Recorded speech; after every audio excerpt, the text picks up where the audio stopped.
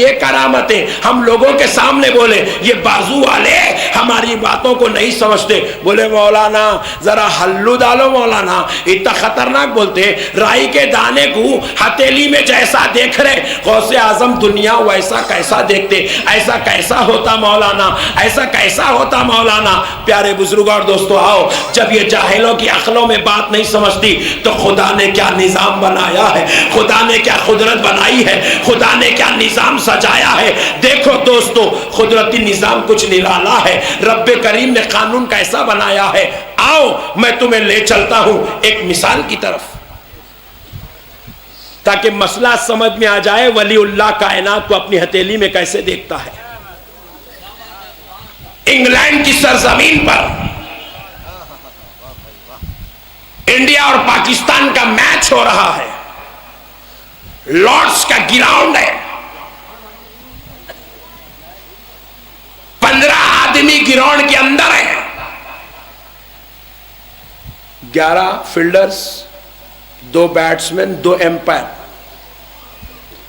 15 आदमी ग्राउंड में है। और उस मजमुए को उनको देखने के लिए जो मजमुआ आया वो 2 लाख का है। 2 लाख आदमी मैच देखने के लिए, वर्ल्ड कप फाइनल देखने के लिए लॉर्ड्स के मैदान को पहुंचे। और दुनिया की सबसे बेहतरीन टेक्नोलॉजी, पॉइंट नोट किया जाए, बहुत बड़ी बात समझा रहा हूं, समझ जाओगे तो ईमान ताजा हो जाएगा, वली का मकाम समझ में आ जाएगा, खुदा की कुदरत समझ में आ जाएगी। लॉर्ड्स के मैदान पर मैच हो रहा है, 15 आदमी ग्राउंड पर खेल रहे हैं। उनको मैच देखने के लिए 2 लाख आदमी ग्राउंड के पवेलियन पर बैठे हुए हैं। दुनिया की सबसे बड़ी टेक्नोलॉजी के जरिए उसको लाइव टेलीकास्ट किया जा रहा है। और उस लाइव टेलीकास्ट को देखने के लिए रायपुर का लखपति करोड़पति आदमी, शहजाद बंटी जैसा आदमी अपने घर में 80 इंच की टीवी पर वो मैच देख रहा है। 80 इंच 80 इंचेस की टीवी पर मैच देख रहा है, एलईडी में। गरीब मुसलमान अपने दीवान खाने पर बैठकर एलसीडी में 22 इंचेस की टीवी पर वो मैच देख रहा है। और रायपुर का क्रिकेट का जुनूनी पान बेचने वाला छोटी सी 6 इंच की टीवी पान के डब्बे पे रख के देख रहा है। और तरक्की याफ्ता जमाने की तरक्की को पाने वाला नौजवान अपने ऑफिस में बैठ के 2 इंच के स्क्रीन, मोबाइल स्क्रीन पर मैच देख रहा है। कितने इंच का है? 2 इंच, 3 इंच का स्क्रीन, मोबाइल में लाइव मैच देख रहा है। मैं परेशान हुआ, उसके गौर से देखने को देखकर पूछा क्या देख रहा है? जवाब दिया मौलाना, लॉर्ड्स के मैदान पर मैच हो रहा है, वो मोबाइल पर देख रहा हूं, लाइव टेलीकास्ट चल रहा है। जब मैंने करीब जाकर देखा तो क्या देख रहा हूं कि उसके टेक्नोलॉजी ने जो टेलीकास्ट कर रहा है, जो लाइव बता रहा है, उसने कैमरा हेलीकॉप्टर को लगाया और ग्राउंड के ऊपर कैमरा ले गया तो सारा ग्राउंड जिसमें 2 लाख आदमी भी बैठे हैं और 15 आदमी खेल रहे हैं वो मोबाइल में दिख रहा है, 3 इंच की टीवी पर दिख रहा है, 3 इंच के स्क्रीन पर दिख रहा है, 2 लाख आदमी हथेली में दिख रहे हैं, 2 लाख आदमी हथेली में दिख रहे हैं, लॉर्ड्स का मोबाइल, लॉर्ड्स का मैदान भी दिख रहा है, 15 खिलाड़ी भी दिख रहे हैं। मैं देख गौर करने लगा, मैंने कहा मौला वारे तेरी खुदमत, ये बदअकीदा गौसे आजम की करामत को नहीं मानता कि वो दुनिया को हथेली में देख ले, तो बदअकीदा मानने को तैयार नहीं है। मौला तेरी क्या शान है, तेरी क्या कुदरत है कि अल्लाह तूने टेक्नोलॉजी ऐसी बनाने लगाया है कि कैमरा बनाने वाला कैमरा बनाया, लेने वाला ले रहा है, टेलीकास्ट कर रहा है। बताओ कैमरा किसने बनाया? नहीं, अंग्रेज ने। किसने बनाया जरा बोलो? अंग्रेज ने कैमरा बनाया, अंग्रेज ने टेलीकास्ट किया, देखने वाला अपने घर में देख रहा है। जरा गौर करो प्यारे बुजुर्ग और दोस्तों, अंग्रेज किसको बोलते? अंग्रेज किसी मोमिन का नाम नहीं है, अंग्रेज नमाजी का नाम नहीं है, अंग्रेज किसी मुसलमान का नाम नहीं है। अंग्रेज बोले तो आधी चड्डी गोरी चमड़ी। अल्लाह ने आधी चड्डी और गोरी चमड़ी वाले पर फजल किया तो वो ऐसा कैमरा बनाया कि लॉर्ड्स के मैदान के 2 लाख लोगों को एक मुसलमान की दीवार पर बता रहा है, दूसरे की टीवी पर बता रहा है, तीसरे के मोबाइल में बता रहा है। देखने वाला हथेली में मोबाइल पकड़कर 2 लाख का मजमुआ अपनी हथेली में देख रहा है। तो मैंने कहा, ए अल्लाह, तू अगर फजल कर दे तो एक गोरी चमड़ी वाला, एक आधी चड्डी वाला अंग्रेज 2 लाख का मजमुआ रायपुर वाले की हथेली में बता सकता है। तो मेरे मौला, अगर तू फजल कर दे तो तेरा खौफ हथेली में राई के दाने के बराबर दुनिया को देख ले तो क्या ताज्जुब की बात है।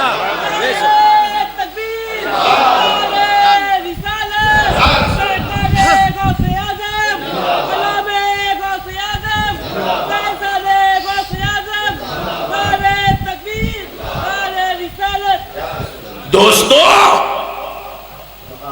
जाहिलों ने वलियों के मकाम को नहीं समझा।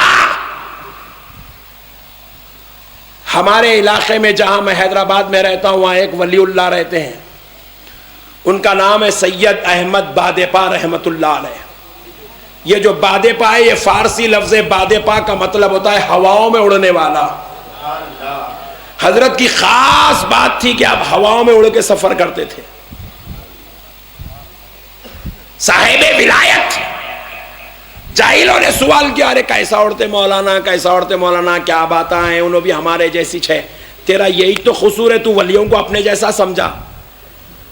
वली को अगर वली समझता, खुदा का महबूब समझता तो ऐसे गंदे बातें नहीं करता था। तू वली को अपने जैसा समझा, वली को अपने बराबर समझा, इसलिए तू आज धोखा खा रहा है। प्यारे बुजुर्ग और दोस्तों, अल्लाह का वली हवा में उड़ता है। इन्हें सुना, परेशान हुआ, बोले मौलाना कैसा होता। और खुदा की कसम, ये वलियों की शान है, वो अगर उंगलियों से इशारे कर दे तो जमीन से पानी निकल जाए। ये वलियों की शान है, वो नजर डाल दे तो लोगों की तकदीर बदल जाए। ये वलियों की शान है कि उनके आस्थाने पर आने वाले के लिए दुआ कर दे। खुदा की कसम, अगर 50 साल से औलाद नहीं हुई, 90 साल में भी बेटा पैदा हो सकता है। दोस्तों, खुदा की कसम, वलियों से कोई चीज नामुमकिन नहीं है। हवाओं में उड़े। एतराज किया तो मैंने समझाया, देख नादान, आज मुसलमान हज का इरादा करता है या किसी अदर कंट्री को जाने का इरादा करता है तो प्लेन में बैठता है। मैं डोमेस्टिक लोकल प्लेनों की मिसाल इसलिए नहीं दे रहा हूं, उसके अंदर 200 आदमी बैठते। मैं बड़े उन प्लेनों की, एयरबस की मिसाल देना चाहता हूं जिनके अंदर कोरिया ने ऐसा प्लेन बनाया जिसमें एक ही वक्त में 800 आदमी बैठते हैं। कितने? और जरा गौर करो, ये प्लेन कौन बनाया? सुभान अल्लाह। किसने बनाया? अरे जरा हल्लू बोल रहे, क्या जी अंग्रेज भी डर जाएंगे, बहुत शरीफ लोग दिख रहे, बोलेंगे जरा जोर से बोलो भाई। अंग्रेज ने प्लेन बनाया, 800 आदमी बैठे, उड़े। मैं पूछ रहा हूं, ये प्लेन काहे का है? लोहे का है, टेक्नोलॉजी है, मशीनरी है। अल्लाह ने अंग्रेज को ऐसी जरी सलाहियत दी है कि वो एक लोहे का टुकड़ा जोड़ रहा है, उसके अंदर लोगों को बिठा रहा है और हवाओं में उड़ा रहा है। हिंदुस्तान से अमेरिका को पहुंचा रहा है, अमेरिका से ऑस्ट्रेलिया पहुंचा रहा है, ऑस्ट्रेलिया से रायपुर ला रहा है, रायपुर से मदीने पहुंचा रहा है, मदीने से मक्का ले जा रहा है, मक्का से फिर रायपुर को ला रहा है। ये प्लेन पूरी दुनिया वालों को लेकर फिर रहा है, थक नहीं रहा है, चल रहा है, हवाओं में उड़ रहा है। एक आदमी को नहीं, 800 आदमियों को लेकर फिर रहा है, 400 आदमियों को लेकर फिर रहा है, 200 आदमियों को लेकर फिर रहा है। मुसलमानों जरा गौर करो, खुदा का फजल गोरी चमड़ी आदि चड्डी पे हुआ तो उसने एक प्लेन में 800 लोगों को बिठाया, हवा में उड़ा दिया। अरे जब वही खुदा का फजल अगर अल्लाह के वली पे हो जाए, अल्लाह के महबूब पे हो जाए, अल्लाह के प्यारे पे हो जाए, वो अल्लाह अगर अपने फजल से अपने वली को हवा में उड़ा ले तो इसमें क्या ताज्जुब की बात है? इसमें क्या ताज्जुब की बात है?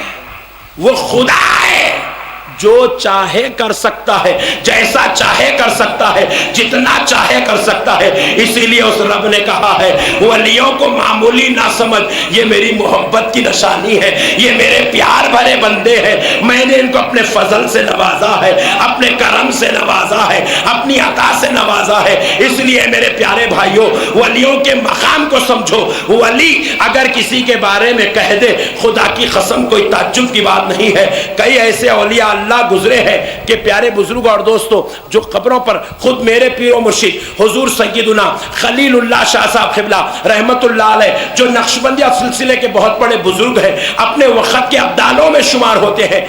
आपने एक मर्तबा अपनी मुरीदा की नमाज जनाजा पढ़ाई।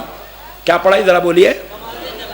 नमाज जनाजा पढ़ाई और पढ़ाकर पलटकर पीछे आए, फिर वापिस दौड़ते हुए खबर की तरफ गए, जाके खबर पे हाथ रख के बोले बोलो अम्मा रब्बी अल्लाह, बोलो अम्मा दीनिल इस्लाम, बोलो अम्मा हादा मुहम्मदुर रसूलुल्लाह अशहदु अन्ना मुहम्मदन अब्दुहु व रसूलुहु। ऊपर बैठ के खबर के जवाब देने लगा रहे। औलिया अल्लाह के लिए यह मसला कोई ताज्जुब की बात ही नहीं है। अब एक साहब पूछ रहे, मौल साहब अंदर का दिखता, अंदर का भी दिखता, बाहर का भी दिखता, क्योंकि उनकी आंखों को अल्लाह ने अपने बसारत के कमाल से सरफराज फरमा दिया है। अल्लाह के वलियों के लिए कोई ताज्जुब की बात नहीं है। प्यारे बुजुर्ग और दोस्तों, एक बाजू वाले मौलाना, उनके घर में गुड न्यूज हुई। क्या हुई? Good news. बेगम को लेके हॉस्पिटल गए, लेके जाके डॉक्टर ने माँ के पास छोड़े। कौन है मालूम? वो डॉक्टर मल्लम्मा। कौन है बोलो? मल्लम्मा के पास छोड़े। उन्होंने चेक करे, चेक करके बोले हाँ हाँ माशाल्लाह बच्चा बहुत अच्छा है, बहुत अच्छा है, हार्ट भी अच्छा है, किडनी भी अच्छी है, लीवर्स भी अच्छे है, ब्रेन भी अच्छा है, स्टमक भी अच्छा है, उसके माशाल्लाह बराबर बॉडी बन रही है, फंक्शनिंग अच्छी है। बाहर आए ना बेगम, आगे बोले अजी सुनो सुनो। डॉक्टर ने साहिबा बोले बच्चा अच्छा है कहते, जैसे ही सुना खुशी से उछल रहा है। मेरे को बड़ा ताज्जुब हुआ। डॉक्टर ने अम्मा पेट के अंदर का बोले, इन्हें कैसा यकीन कर रहा? पॉइंट नोट किया जाए। नहीं, आपके पेट के अंदर आपको खाली डॉक्टर साहब यूं दबा रहे हैं, यूं दबा रहे हैं, दबा, अरे तुमको पेट में फोड़े दिख रहे जी? हाँ, मैं सुबह से दबा रू, मेरे को नहीं दिखे, तुम दबाते कैसा दिख रहे? पॉइंट नोट किया जाए। हाथ पकड़ रहे हैं, ओफो हार्ट बीटिंग तुम्हारी तरह खतरनाक दिख रही जी। हाँ, धड़क रहा, मेरे को खबर नहीं है, तेरे को कैसा खबर हो गई रे भाई? ये इल्म है। जब उन्हें फजल करता है तो बास चीजें खुद को नहीं मालूम होती, फजल वालों को मालूम हो जाती है। घर में दादी माँ है मगर उनको नहीं मालूम पोतरा कैसा है। घर में नानी माँ है मगर बेटी के पेट में क्या है नानी माँ को नहीं मालूम। डॉक्टर ने माँ बोल रहे मुबारक बेटी होने वाली। पेट मेरा है, खबर तुम्हारा कैसा है? बोले इल्म है। इल्म फजल खुदाबंदी को कहते हैं। खुदा जब फजल कर दे तो गैब की बातें भी मालूम हो जाती है। अरे मल्लम्मा को मालूम हो रही है, अल्लाह के वली को मालूम हुआ तो क्या ताज्जुब की बात है। इन्हें उछल के बोला मेरा बेटा ठीक है। अरे मैं बोला तेरे कैसा मालूम रे? मल्लम्मा बोली। अरे मल्लम्मा को कैसा मालूम? तो बोले मौल साहब उन्हें 5 साल पढ़े सोए, कॉलेज को जाके पढ़े हो नो? अच्छा, वो पार्कों को कैसे भूल गया?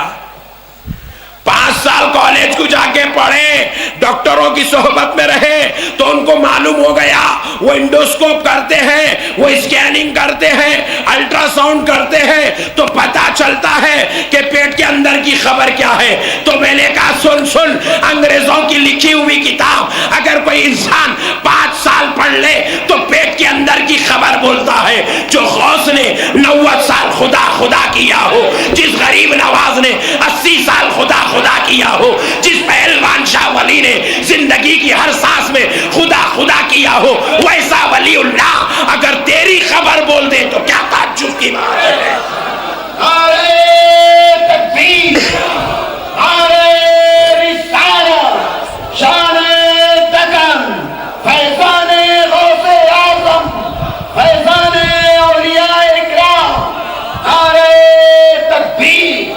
अब आखिरी बात सुनो नौजवानों, जाहिलों ने कहा सुन्नियों सलाम पढ़ते हो, मनखिबत पढ़ते हो, या रसूल अल्लाह या गौस का नारा लगाते हो, क्या गौसे आजम सुनते हैं? क्या रसूल अल्लाह सुनते हैं? हमने जवाब दिया, खुदाए रब्बे जुल जलाल की कसम हमारा नबी सुनता है। दूर और नजदीक के सुनने वाले वो कान, काने लाले करामत पे लाखों सलाम, अल्लाह मेरा नबी सुनता है। गौसे आजम सुनते हैं। बोले मौलाना अजी 5000 किलोमीटर दूर है जी, कैसा सुनते? क्या बातें कर रहे तुम? अजीब व गरीब लोग आए तुम लोगों, कैसा सुनते? तो मैं बोला अरे नादान, अल्लाह ने नबी को वो समात व बसारत दिया। मेरा नबी खुदा की कसम जमीन पर बैठकर अर्श की आवाजों को सुनता है, और जमीन पर बैठकर जमीन वालों की सुन ले तो क्या ताज्जुब की बात है। हमारा सलाम सुन ले तो क्या ताज्जुब की बात है। जाहिलों ने मसले को नहीं समझा। बोले मौलाना नहीं सुन सकते। तो बोला चल जान दे, तेरी मर्जी, तू मानने को तैयार नहीं है तो सुन, एक हदीस पाक सुनाता हूं, मसला समझ में आ जाए तो गुड, वरना वेरी गुड। हदीस पाक है, मौलाए कायनात अलीउल मुर्तजा रजी अल्लाह तआला अन्हु हुजूर सल्लल्लाहु अलैहि वसल्लम के साथ जा रहे थे। आका अलैहिस्सलातु वस्सलाम के पास एक घोड़ा है। नबी पाक अलैहिस्सलाम ने देखा कि अली पैदल चल रहा है। हुजूर ने कहा अली आ जाओ, मेरे पीछे बैठ जाओ। खुदा की कसम अली के सिवा किसी ने नबी के साथ एक घोड़े पर सवारी नहीं की है। नबी ने अपने घोड़े पे अली को बिठा के बताया ये मेरा नाइब है। मौला अली रसूल अल्लाह के साथ घोड़े पर बैठे और सवारी चल रही है। सही मुस्लिम शरीफ की हदीस है, हजरत अली कहते हैं जिधर जिधर सवारी चलती गई चलती गई चलती गई, मैं देखता रहा जिधर जिधर से रसूल अल्लाह की सवारी जाती थी, जिन पत्थरों के पास से, जिन दरियाओं के पास से, जिन झाड़ों के पास से, जिन जमीन के कंकरात से रसूल अल्लाह की सवारी गुजरती गई, मैं देखता रहा। झाड़ों से आवाज आ रही थी अस्सलातु वस्सलामु अलैका या रसूल अल्लाह। पत्थरों से आवाज आ रही थी अस्सलातु वस्सलामु अलैका या रसूल अल्लाह। दरियाओं से आवाज आ रही थी अस्सलातु वस्सलामु अलैका या रसूल अल्लाह। अली ने कहा कायनात की हर शय नबी पर सलाम भेजती है, नबी पर दरूद पढ़ती है, और नबी सबकी सलाम को सुन रहे हैं। मैंने बोला नहीं नहीं नहीं नहीं सुन सकते मौल साहब। बोला बेशक नहीं सुनते। इन्हें खुश होगा, बोले वाह मौल साहब बोल दिए नहीं सुनते, बेशक बोले। मैंने कहा गौर से सुन, बेशक नबी नहीं सुनते, मगर तेरी हमारी सुनते हैं, हमारी सुनते हैं। पूछा मौलाना वो क्या मतलब? आपकी सुनते हमारी नहीं सुनते, ये क्या मतलब है? मैं बोला कहा सुन, इसकी मिसाल ऐसी है, एक फोन खरीदे, उसके अंदर सिम डाले, एयरटेल का नेटवर्क आ गया, फोन 500 रुपए का है, जिधर चाहे उधर फोन मिला रहे, ऑस्ट्रेलिया को मिला रहे, अमेरिका को मिला रहे, लंदन को मिला रहे, अफ्रीका को मिला रहे, धनाधन फोन लगते जा रहा है, एक के पीछे एक फोन की कनेक्टिंग होती जा रही है, नेटवर्क लग रहा है, जिसको मिला रहे हैं उसको बेल बज रही है। और अब तो फोन की टेक्नोलॉजी इतनी फास्ट हो गई है कि अब नंबर मिलाने की जरूरत नहीं है, स्पीड डायलिंग, एक नंबर दबा दो, जिसको आपने नंबर फिट कर दिया उसको चले जाएगा।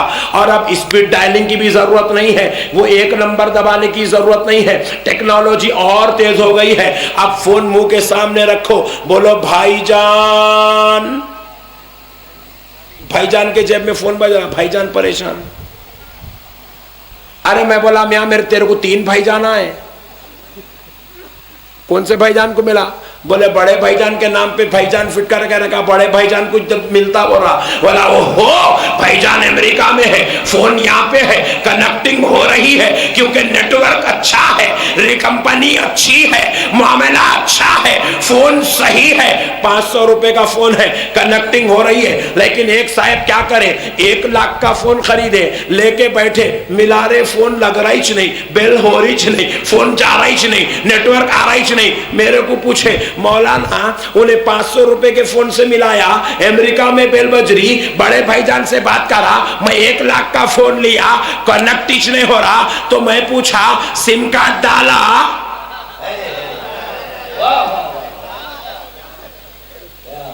अरे हाउ मोल साहब फोन तो लिया, सिम कार्ड नहीं डाला। बोला सिम कार्ड डाल लगती, बोला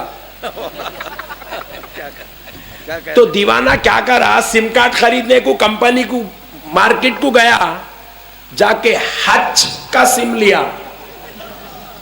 कंपनी बंद हो गई, देखो फ्लॉप कंपनी हच, वो सिम लेके डाला, फिर मिला रहा, लग रहा ही नहीं। फिर मेरे को पूछा मौल साहब वो सिम डाला जी तो भी नहीं लग रहा, फोन खराब